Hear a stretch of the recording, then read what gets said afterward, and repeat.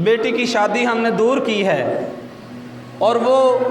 اپنے ماں باپ کے پاس آئی ہے، بیٹی ہمارے گھر میں آئی ہے ملنے کے لیے، تو وہ اب مسافر ہے، تو کیا وہ نماز قصر پڑے گی یا پوری پڑے گی؟ دیکھیں، بیٹی کی عظمت سمجھانے کے لیے یہ بات کر رہا ہوں، غور سے سنیے گا۔ لوگ سوال کرتے ہیں کہ بیٹی کی شادی دور کی ہے، وہ اپنے ماں باپ کے پاس آئی ہے، تو اب وہ مسافر ہے، وہ نماز پوری پڑے گی یا قصر پڑے گی؟ لیکن یہاں پہ اگر حضور علیہ الصلوۃ والسلام کی شریعت کو دیکھا جائے اور حضور علیہ الصلوۃ والسلام کی عطا کی ہوئی تعلیم کو دیکھا جائے تو بیٹی مسافر نہیں ہوتی، بیٹی ماں باپ کے گھر میں آ کر مسافر نہیں ہوتی، بیٹی گھر میں آ کر نماز پوری پڑھتی ہے، وہ قصر نہیں پڑے گی۔ کیوں؟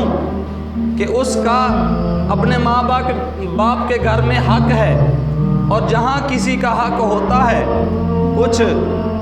مال و دولت میں جائیداد میں حق ہوتا ہے، وہاں کوئی مسافر نہیں ہوتا، وہاں مقیم ہی سمجھا جاتا ہے اور وہ پوری نماز پڑھتا ہے۔ یہ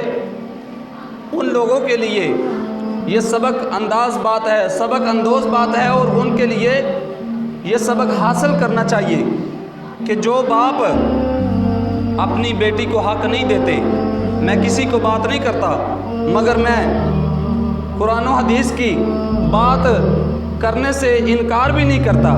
میں کسی سے کوئی ڈرتا نہیں، یہ بات قرآن و حدیث کی بات کرنے میں کسی سے میں ڈرتا نہیں ہوں کہ یہ تو کیا باتیں کرنے لگے ہیں۔ جو بیٹی کو حق نہیں دیتے وہ بیٹی پر ظلم کرتے ہیں۔ کیوں؟ قرآن پاک نے بیٹی کا حق رکھا ہے، بیٹے کا ڈبل حصہ اور بیٹی کا آدھا حصہ رکھا ہے، تو ہم کون ہیں اپنی بیٹی کا حق مارنے والے؟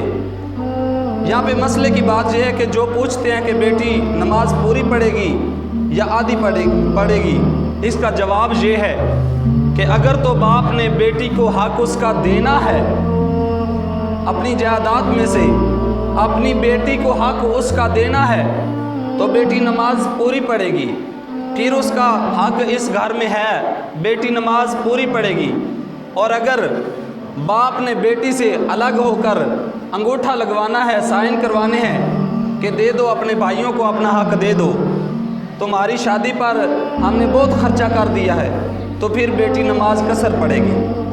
پھر آدھی نماز پڑھے گی۔ پھر ماں باپ کے گھر میں بھی بیٹی مسافر ہے، ماں باپ کے گھر میں بھی پھر بیٹی مسافر ہے، پھر آدھی نماز پڑھے گی، اور اگر باپ نے اس کا حق دینا ہے تو پھر وہ نماز پوری پڑھے گی، وہ مسافر نہیں ہے، پھر مقیم ہے۔ اس کی دلیل میں پیش کرتا ہوں، حضرت عثمان غنی رضی اللہ تعالیٰ عنہ یہ جب مدینے سے مکہ کی طرف حج کرنے کے لیے جاتے تھے تو نماز پوری پڑھا کرتے تھے، اور جو سعودی عرب میں رہتے ہیں ان کو اس کا بخوب اندازہ ہوگا کہ مدینے سے مکہ کی طرف جب جائیں تو بندہ مسافر ہو جاتا ہے، اتنا سفر بن جاتا ہے۔ تو یہ جب مدینے سے مکہ جاتے تھے حج کرنے کے لیے تو نماز پوری پڑھتے تھے۔ دیگر صحابہ نے سوال کیا کہ حضور تم جب مکے آتے ہو حج کرنے کے لیے تو نماز پوری پڑھتے ہو، اور دیگر صحابہ جب آتے ہیں تو وہ نماز قصر پڑھتے ہیں، آدھی نماز پڑھتے ہیں، اس کی کیا وجہ ہے؟ حضرت عثمان غنی رضی اللہ تعالیٰ عنہ آپ نے فرمایا کہ وہ جو آدھی نماز پڑھتے ہیں وہ مسافر اس لیے ہوتے ہیں کہ ان کا مکے کے اندر کوئی چیز نہیں ہے، ان کا مال و دولت یا ان کا کوئی گھر نہیں ہے مکے کے اندر، تو وہ مسافر ہوتے ہیں۔ حضرت عثمان غنی رضی اللہ تعالیٰ عنہ فرماتے ہیں کہ میرے تو پورے باغات ہیں، میرے تو مکے کے اندر باغات ہیں، میری جائیداد ہے یہاں، تو میں یہاں پہ مسافر نہیں ہوں، میں یہاں پہ مقیم ہوں،